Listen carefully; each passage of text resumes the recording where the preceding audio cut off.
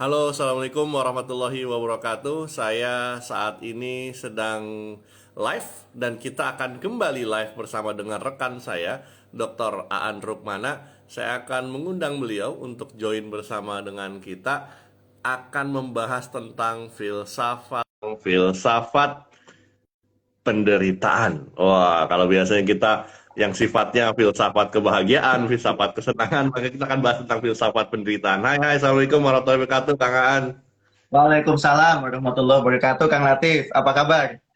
Alhamdulillah, baik, baik, baik. Kita agak Baik. siang dikit ya.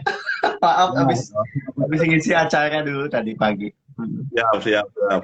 Nah, rekan-rekan semua, kita setelah hadir bersama kita, Dr. Andruk Mana, dosen filsafat Madinah, dan kita akan membahas kali ini tentang filsafat penderitaan. Nah, ini menarik ya, karena biasanya kita bersifatnya filsafat perjuangan, filsafat kemudian kebahagiaan, dan lain sebagainya, sifatnya sangat-sangat optimis. Nah, tapi kenapa kita kali ini membahas tentang filsafat yang kelihatannya kok menderita gitu ya, atau filsafat penderitaan. Nah, Kan, silahkan barangkali bisa dijelaskan apa yang mau kita bahas pada kali ini dan bisa diberikan pendapat atau pembukaannya silakan Kang. Ya, makasih Kang Latif.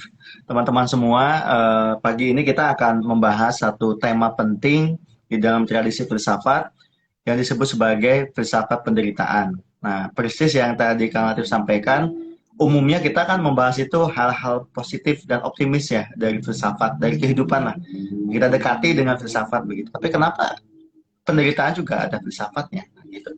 Nah, biasanya Kang Latif kalau dalam studi filsafat, penderitaan itu nanti tidak lepas dari pembahasan mengenai kebahagiaan sebetulnya. Jadi itu jadi satu mata uang ya yang memang berlainan.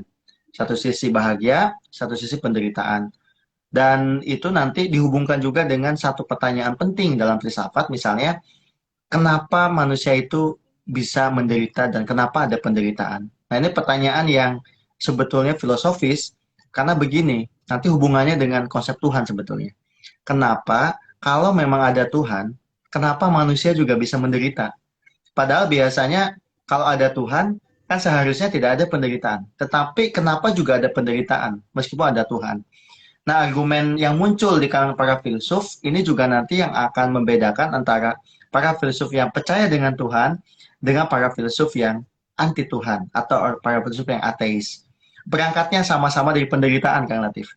Jadi kalau para Iya. filsuf yang meyakini adanya Tuhan, justru penderitaan itu menjadi media ujian lah untuk seseorang meningkatkan kadar kedekatannya nanti dengan yang menciptakan itu dengan Allah. Tapi kalau bagi para filsuf yang ateis itu sebaliknya. Justru penderitaan itulah sebab rasional kenapa bahwa Tuhan itu tidak ada. Jadi bahwa Iya, iya. Tuhan itu tidak ada, nah itu dibangun berdasarkan penderitaan. Sebagai contoh kan ya, ada namanya Schopenhauer atau Schopenhauer. Dia seorang filsuf dari Jerman, di mana kata Schopenhauer katanya hidup manusia itu sebetulnya adalah penderitaan. Nah, tetapi di saat manusia sibuk, sebetulnya penderitaan itu terlupakan kan. Jadi kalau dilihat dari hari Senin sampai hari sebutnya Jumat ya atau Sabtu gitu, kita itu lupa penderitaan karena kesibukan. Tetapi sebetulnya di saat hari libur muncul, maka kita semakin sadar kalau kita itu menderita. Jadi penderitaan itu muncul di saat kita tidak melakukan apapun. Nah, kata Schopenhauer. Maka sebetulnya hakikat kesadaran kita itu kalau kita punya kesadaran itu adalah kesadaran akan penderitaan. Gitu. Makanya kenapa Schopenhauer juga membangun argumentasi bahwa kalau ternyata penderitaan hidupnya lebih keras daripada kematian, maka bunuh diri itu menjadi masuk akal. Nah itu menurut itu Kang Latif. Jadi betul-betul apa ya, betul-betul eh, dibangunnya ya tadi penderitaan dan memang di sini seakan-akan nggak ada Tuhan gitu Kang Latif. Sama nanti Yes. ada Albert Camus ya, ada Albert Camus juga sama. Jadi ya hidup ini absurd. Jadi semakin kita menyadari hidup ini semakin absurd. Jadi semakin absurd itu ya seperti Promethean ya, kisah Yunani gitu, yang dia ngedorong batu ke atas gitu kan. Sisyphus lah, mitos Sisyphus itu. Habis dari atas turun ke bawah lagi. Habis itu ngedorong batu ke atas gunung lagi, turun ke bawah lagi, terus begitu. Nah ini peristiwa itulah sebut sebagai absurditas kan, absurd. Jadi hidup ini absurd gitu. Maka alasan kita menderita itu menjadi logis karena ini gitu. Dan bahkan alasan untuk tidak meyakini adanya Tuhan juga menjadi alasan yang logis. Nah, ini bagi para filsuf yang memang membangun argumentasinya berdasarkan pesimisme tadi, penderitaan tadi, gitu Kang Latif. Nah, tetapi bagaimana dengan yang beragama? Nah, yang beragama itu biasanya nanti kajiannya di bidang keadilan ilahi, Kang. Teodesi namanya. Ya, teodesi itu tentang Ya. keadilan ilahi. Jadi kalau Murtado Allah itu Mutahari. maha baik, kenapa Kang? Bukunya Murtado Mutahari ya masalah ya, Ya, betul, keadilan betul. ilahi. Ya, al-adlu al-ilahi. Jadi, kalau memang, misalnya Mutadal Mutahari contohnya, kalau memang Allah itu maha baik, kan seharusnya yang muncul darinya juga kebaikan gitu. Jadi bukan kejahatan. Nah, makanya nanti dalam skema ini kan seperti Alamah Toba-Tobai ya, seorang filsuf dari Iran, dia mengatakan sebetulnya yang hakiki itu adalah kebaikan itu. Nah, kondisi tanpa kebaikan, itulah penderitaan kan. Jadi penderitaan itu dia muncul hanya karena absennya kebaikan. Jadi kalau absennya kebaikan, maka ada penderitaan. Sehingga tidak ada realitas penderitaan itu. Itu juga satu argumentasi yang dibangun Kang mengenai penderitaan. Nah, kalau Mutado Mutahari ya mengatakan ya ini bagian dari keadilan ilahi Kang. Makanya kenapa akhirat itu menjadi logis keberadaannya justru untuk menunjukkan tadi ada kebahagiaan, ada penderitaan, ada keadilan ilahi, ada namanya hari penentuan. Nah, itu ditentukannya kan bukan di dunia ini, tapi nanti di akhirat. Nah, itu menjadi satu catatan yang lebih logis lah mengenai perlunya juga ada penderitaan. Jadi bukan berarti dengan menderita itu manusia menolak Tuhan. Nah, sebetulnya itu sih kan perdebatannya kan seputar sebenarnya penderitaan itu apakah menegaskan adanya Tuhan atau tiadanya Tuhan. Ada satu buku bagus Kang, itu ditulis oleh seorang rabi Yahudi ya. Judulnya itu When Bad Things Happen to Good People. Ketika apa namanya bad things itu apa? Sesuatu yang buruk menimpa orang-orang baik. Ini kan memang menjadi satu pertanyaan ya. Ada orang rajin ibadahnya, sedekahnya rajin, tapi kok hidupnya susah terus. Di mana keadilan ilahi di sana? Kalau bagi siapa namanya yang ateis ya itu menjadi logis gitu. Ateisme menjadi logis gitu. Itu dulu Kang Latif Baik, pengantarnya. Mungkin bisa di ini siap, Kang. siap. Baik, jadi tadi kebahagiaan dan penderitaan itu adalah dua sisi mata uang. Kalau biasanya Hmm. kita bahas adalah dari sisi yang satu kebahagiaan, makanya dari sisi yang penderitaan. Dan ternyata penderitaan itu menjadi satu tolak ukur khusus bagi para filsuf yang percaya Tuhan dan yang tidak percaya Tuhan. Dan menarik ya itu perdebatannya sampai mungkin memunculkan tokoh-tokoh yang percaya Tuhan sampai yang tidak percaya Tuhan. Nah kalau Kang melihat begini, kalau tadi kan sesungguhnya manusia sebenarnya apa sih yang membuat manusia menderita? Apakah memang tadi kan ada satu sudut pandang kalau yang percaya Tuhan ya bukan karena penderitaan itu ada, tapi karena tidak adanya kebahagiaan sehingga dia menderita. Sama seperti yang kenapa kok ada kejahatan? Bukan karena eh, kejahatan terjadi karena ketiadaannya kebaikan sehingga sama Hmm. seperti gelap. Kenapa terjadi gelap? Karena ketidakadaan cahaya sehingga menjadi gelap, bukan karena gelapnya ada tapi karena ketidakadaan cahaya. Nah, sudut pandang ini kan seperti rasanya tuh seperti ayam sama telur ya Kang ya. Jadi Hmm. Hmm. mana dulu gitu ya. Dan tidak bisa selesai sampai ujungnya dan akan ada seperti ini. Nah, kalau Kang An melihat Hmm.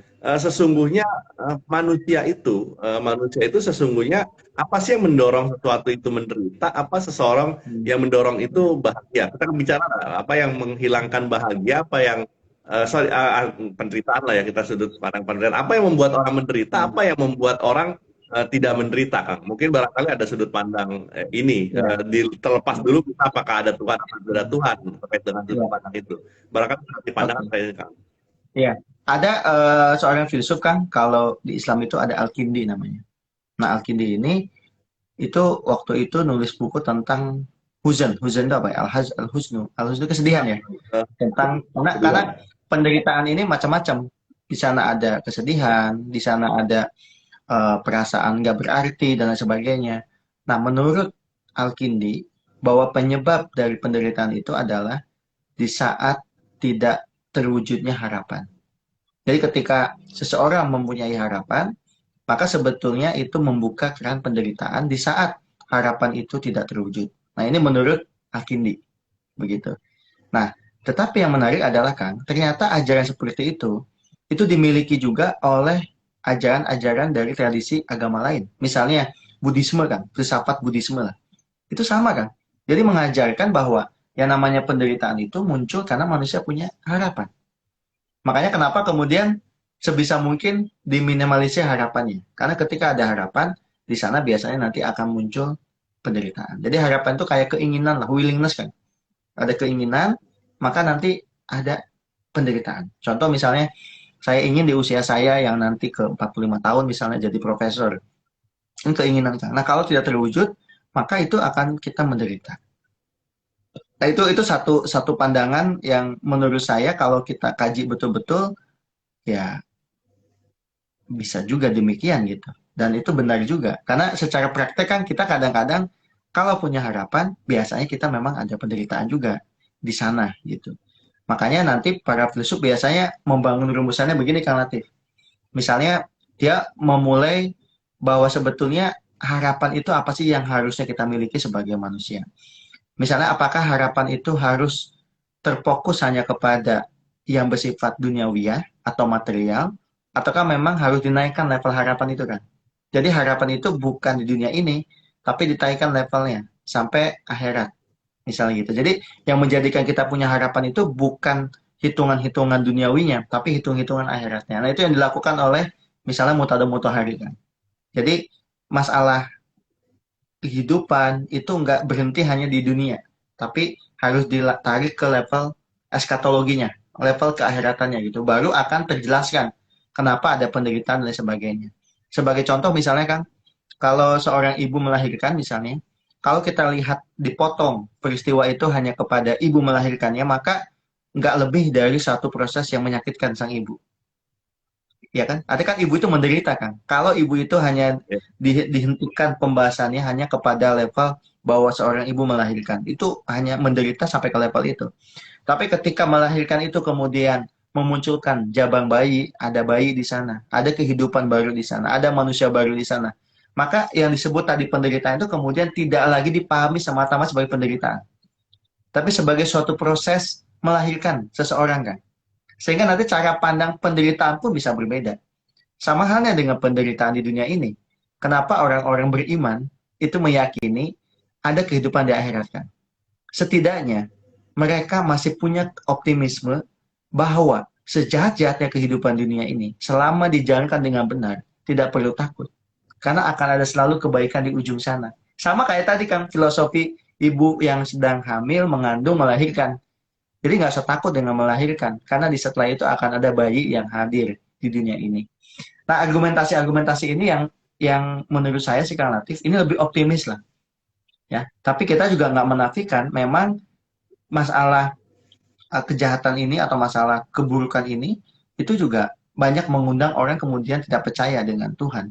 Sebagai contoh ya kan, COVID yang baru atau masih kita alami ini kan banyak memunculkan orang yang nggak percaya Tuhan semakin nggak percaya Tuhan. Betul nggak? Mana buktinya ada Allah? Ini kok COVID dibiarkan merebak di mana-mana. Mana keadilan ilahi kayak gitu. Tapi sebaliknya juga peristiwa yang sama kan justru memupuk keimanan seseorang. Lebih tinggi lagi levelnya. Jadi yang tadinya mungkin biasa-biasa aja, ketika ada COVID, apalagi ada saudara yang meninggal dunia dan sebagainya, itu imannya naik lagi kan. Peristiwanya, faktanya sama-sama COVID. Tapi yang satu menjadikan orang nggak percaya Tuhan, yang satu menjadikan orang percaya dengan Tuhan. Gitu. Jadi kalau Ya. Kang Latif tanya posisi saya, tentu posisi saya ada di level yang tadi ya, yang percaya Tuhan gitu, bukan tidak percaya Tuhan. Gitu. Satu kejadian itu bisa memiliki sudut pandang yang berbeda ya. Bisa jadi satu kejadian itu dia bilang ini adalah kebetulan, bisa jadi ini adalah takdir Tuhan, bisa jadi ini adalah takdir Tuhan, dan bilang ini adalah ujian, ini adalah sebagai sebuah hukuman. Jadi akan punya sudut pandang walaupun kejadiannya mungkin sama. Itu mungkin yang membedakan antara akhirnya apakah dengan satu kejadian itu orang merasa menderita, ataukah dengan kejadian itu orang merasa bahagia, ataukah dengan kejadian itu orang merasa bersyukur, ataukah dalam kejadian itu orang merasa menyalahkan. Mungkin itu yang Ya, menjadi sudut pandang betul. Dan sudut pandang itu juga terkait dengan positioning kita kan. Posisi kita melihatnya dari mana. Sebagai contoh misalnya, pisau kan. kesempurnaan pisau. Ini kalau dia dari sudut pisau ya Kang ya. Ya, Pisau itu kan bisa memotong. Maka kesempurnaan potensi pisau adalah di saat dia teraktual bisa memotong kan. Jadi pisau itu ya, tajam di saat memang bisa memotong. Ya. Tetapi menjadi persoalan moral dan filsafat ketika yang dipotong itu manusia. ya. Artinya kan Manusia dari untuk membunuh, penyempurnaan potensi, untuk betul, melakukan betul, tidak baik gitu.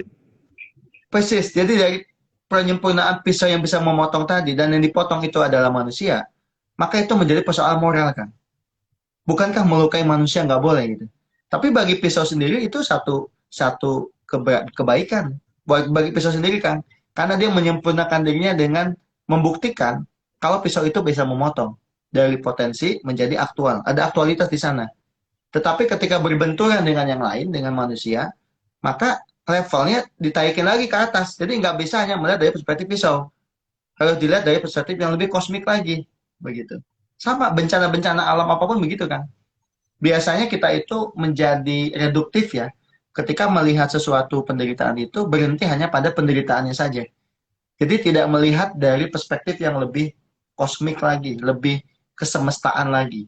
Sama kayak bencana alam, kemudian tsunami, banjir, itu kan kita nggak bisa ngelihat hanya pada peristiwa banjirnya aja, gitu. Tapi harus dilihat dari peristiwa yang jauh lebih transenden lah di dalam melihat masalah itu semua. Maka nanti pandangan pun akan berubah kan. Ateisme itu setahu saya berhenti karena dia berhenti hanya pada peristiwa itu saja.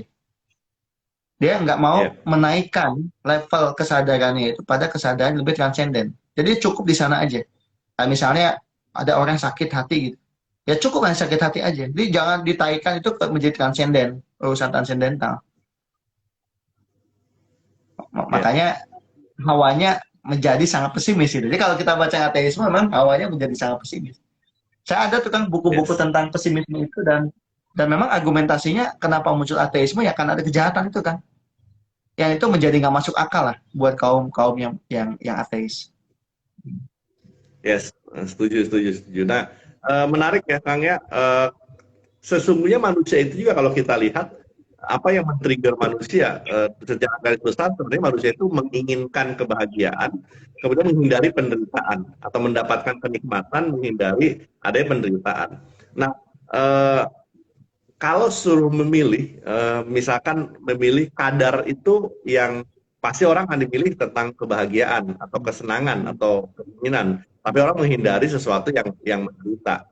Cuma kalau dua hal itu dihadapkan bersama, misalnya, katakanlah, oke, yang diinginkan adalah mencintai seseorang, tetapi ada konsekuensi, misalkan ketika dia mencintai, maka dia bisa saja akan ada konsekuensi. Misalkan katakanlah, oke, Anda boleh hidup bersama dengan orang yang Anda cintai selama selama misalkan katakanlah 1 bulan. Setelah itu Anda akan dihukum mati gitu ya, akan dipancung setelah Anda hidup selama sebulan dengan dia. Nah, kadarnya bisa berbeda. Ada orang yang mau, ada orang yang tidak mau. Dan kadar penderitaan juga mungkin bisa jadi sama tuh antara keinginan menghindari menghindari penderitaan. Nah, kalau Kang An melihat adakah kadar-kadar tertentu orang berbuat sesuatu untuk menghindari atau menghindari penderitaan atau mengejar keinginan. Nah, kira-kira hal mana yang bisa dikejar sama orang-orang yang dihindari. Nah, sudut pandang ini mungkin Kang bisa kasih pandangan tuh. Apa sih membuat orang mengejar keinginan sehingga menghindari penderitaannya, atau orang yang sengaja menderita tapi untuk menghindari keinginannya, Ya, atau untuk menghadapi keinginannya. Nah, Kang punya sudut pandang itu nggak betul. untuk hal Nah ini? ini ya, yang tadi kalian sampaikan memang di antara ajaran-ajaran filsafat ini beda-beda kan nanti. Kayak misalnya kalau kita lihat ceritanya Socrates, kenapa beliau mau bahkan rela lah untuk meminum racun gitu kan, daripada mengubah keyakinannya bahwa ada kebenaran di luar manusia. Itu kan bukti yang menunjukkan lebih baik menderita kan, tapi ngejaga kebenaran daripada nggak menderita dan kebenaran pun hilang gitu. Itu satu hal Kang Latif. Tapi di dalam tradisi filsafat, apa kalau kita masuk ke filsafat timur kan ya seperti Buddhisme misalnya, itu beda. Bahwa yang namanya kondisi antara dua pilihan tadi, mau pilih mana misalnya, kebahagiaan apa penderitaan? Mereka akan mengatakan netral kan. Jadi netral itu satu kondisi yang apa ya netral saja. Artinya netral itu dia tidak mengejar apa yang disebut sebagai kebahagiaan, karena kalaupun mengejar kebahagiaan maka siap-siap menderita kan. Karena itu kan harapan, harapan bahagia. Itu bisa bisa orang bisa menderita. Nah, di dalam ajaran jalan tengah ini biasanya dia akan netral. Nah, artinya sudah tidak ada lagi harapan untuk bahagia atau takut untuk menderita. Ya, netral-netral saja. Dan ternyata posisi netralitas dalam melihat kebahagiaan dan juga keburukan atau kejahatan, itu juga ada fondasi filosofis yang relatif. Misalnya orang akan mendapatkan peaceful mind, pikiran yang tenang, kalau dia berada dalam posisi netral. Seperti itu. Jadi, peaceful. Jadi, pikirannya menjadi lebih tenang misalnya. Karena dia berada dalam posisi yang tadi dia tidak memihak ya kepada salah satunya. Karena pemihakan pun kemudian menjadi sumber penderitaan. Yes. Nah, Lalu kalau ya, fenomena bunuh diri, kalau menurut ya, Kang An, fenomena bunuh diri itu ya. apakah dia juga banyak kita karena menderita di sini akhirnya bunuh diri? Mungkin Hmm, juga merasa selesai lah kalau bunuh diri, penderitaan saya bisa selesai. Nah, kalau Kang An ya. melihatnya fenomena bunuh diri itu seperti apa, Kang? Ya, kalau bunuh diri tadi kalau kita misalnya ikut Schopenhauer ya.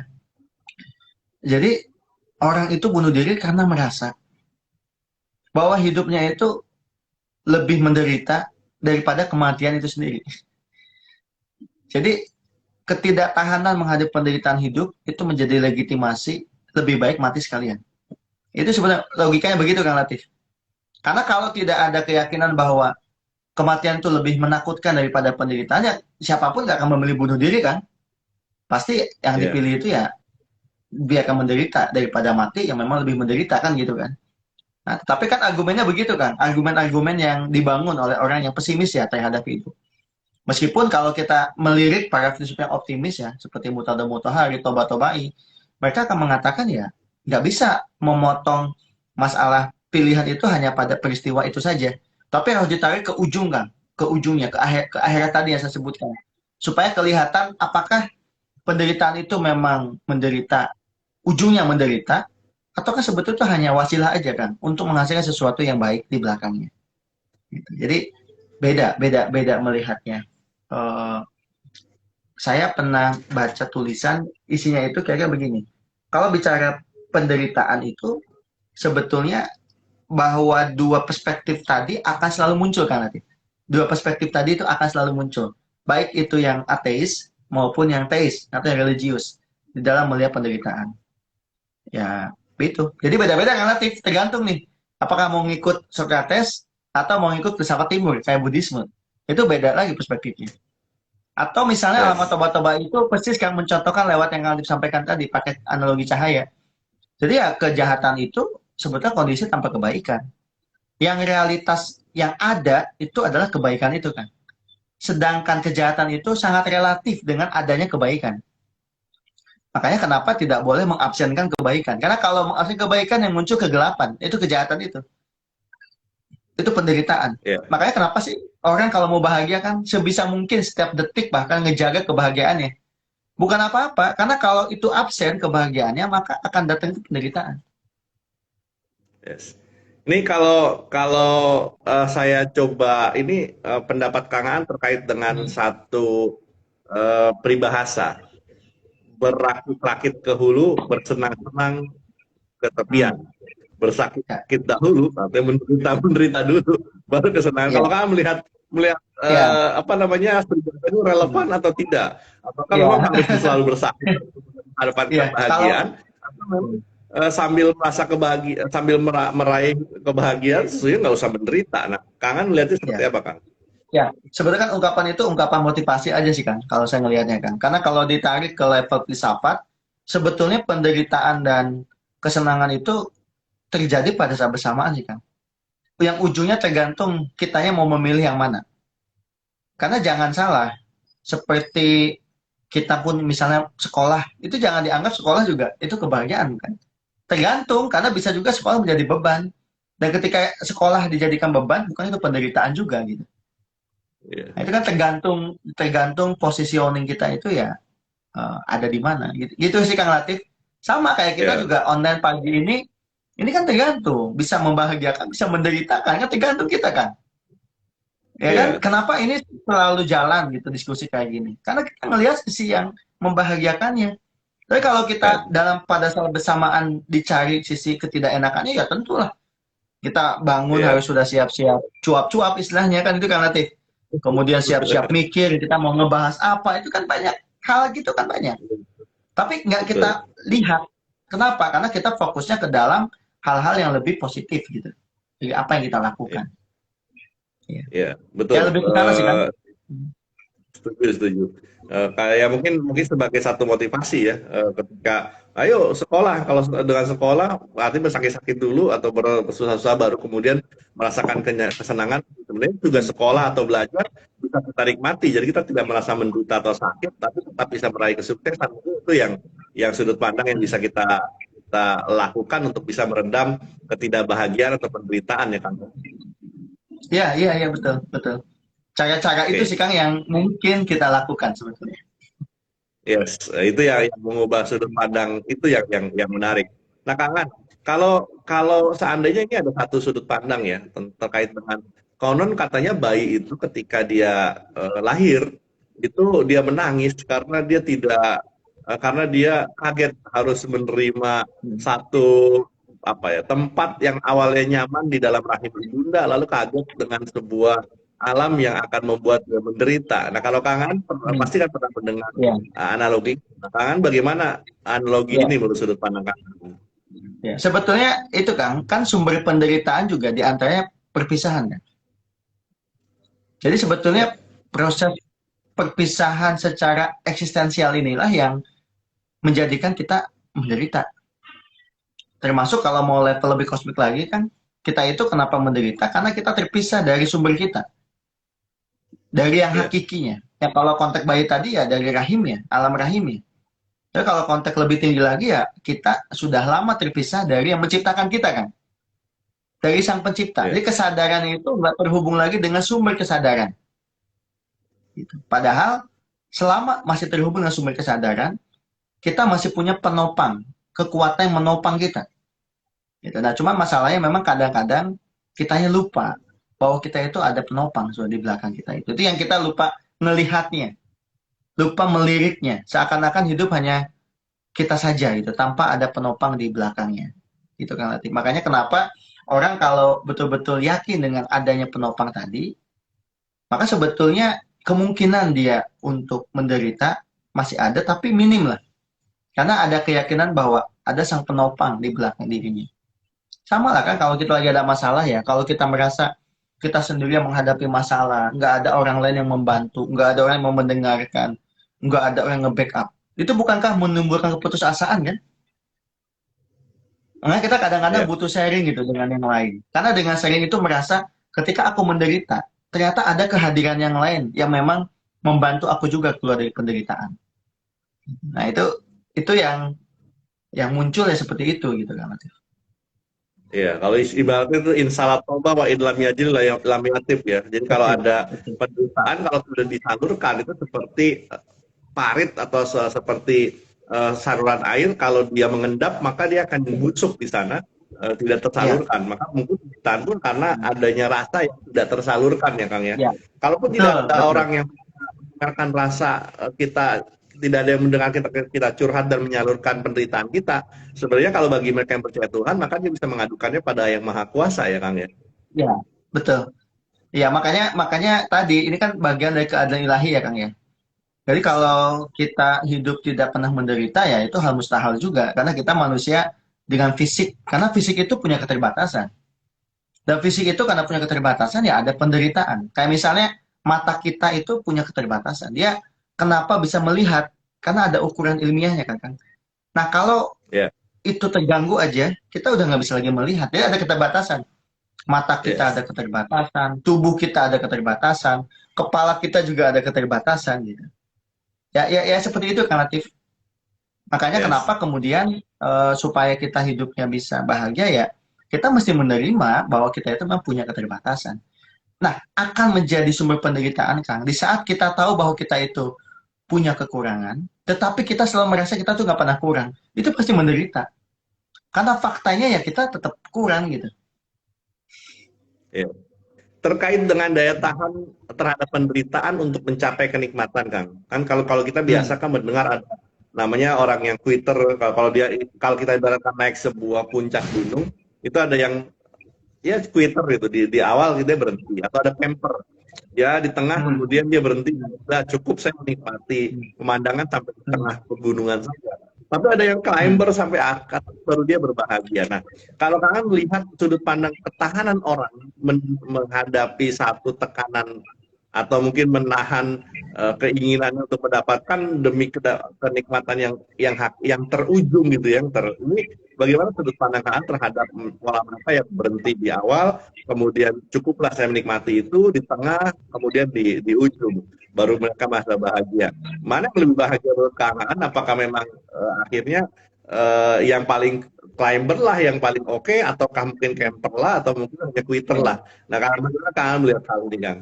Betul. Sebetulnya yang bahagia itu yang melakukan penerimaan, Kang. Acceptance namanya. Jadi yang melakukan penerimaan. Misalnya saya levelnya hanya di quitter, Kang ya. Quitter ya. Jadi hanya quiet. Jadi udah berhenti di sana gitu, di bawah aja. Ya asal dia menerima posisi itu, ya dia juga nggak akan menderita, kan. Sama halnya dengan yang climber, yang ujung. Orang yang climber pun kalau dia menerima atau acceptance dengan posisinya, itu aman. Nah, yang menjadi problem kan ketika udah climber masih merasa kurang, Kang. Nge-climb lagi ke atas lagi, climb lagi ke atas lagi. Habis gunung ini selesai, climb lagi gunung lain. Terus begitu. Akhirnya kan nggak ada ujungnya, Kang Latif.